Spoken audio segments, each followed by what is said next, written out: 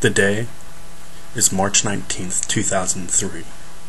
It's 5:43 in the morning and the sun hasn't started coming up yet.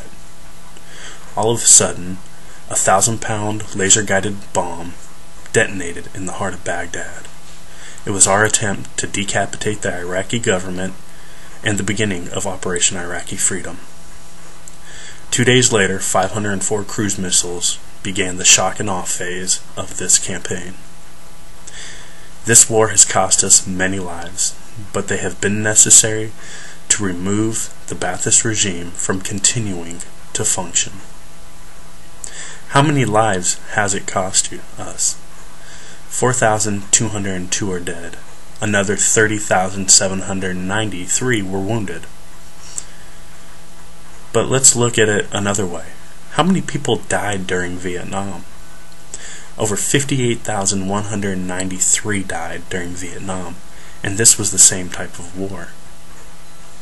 Our service members have made a commitment. They knew what they were signing up for when they signed on the dotted line and enlisted or said the oath of office to become an officer in the United States military. It is never forgotten that that is our ultimate goal, to go to war, and that one day that war may cost us our lives. And what were we fighting over in Iraq?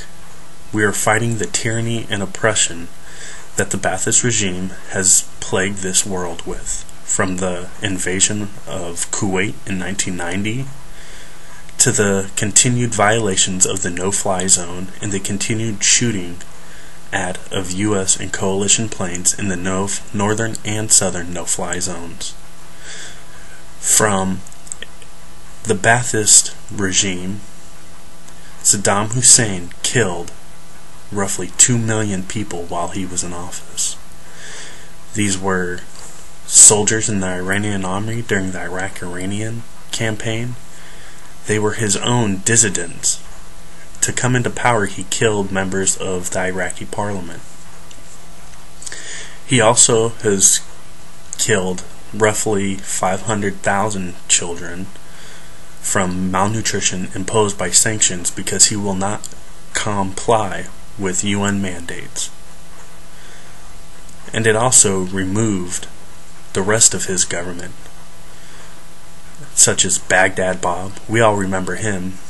As the tanks were rolling by behind him, he was saying that no Americans had entered Iraqi soil. And it has removed the corruption from the government. Now,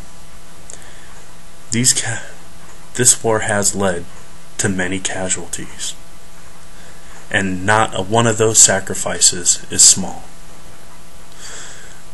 But we have continued on and persevered to provide a better government for Iraq.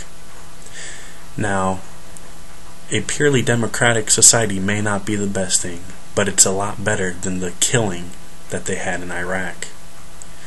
We need to continue to fight, to stay the course in Iraq. Otherwise, we never know what will happen. Will this government continue to provide the services that it does today? Or will we just allow another Saddam Hussein to come to power?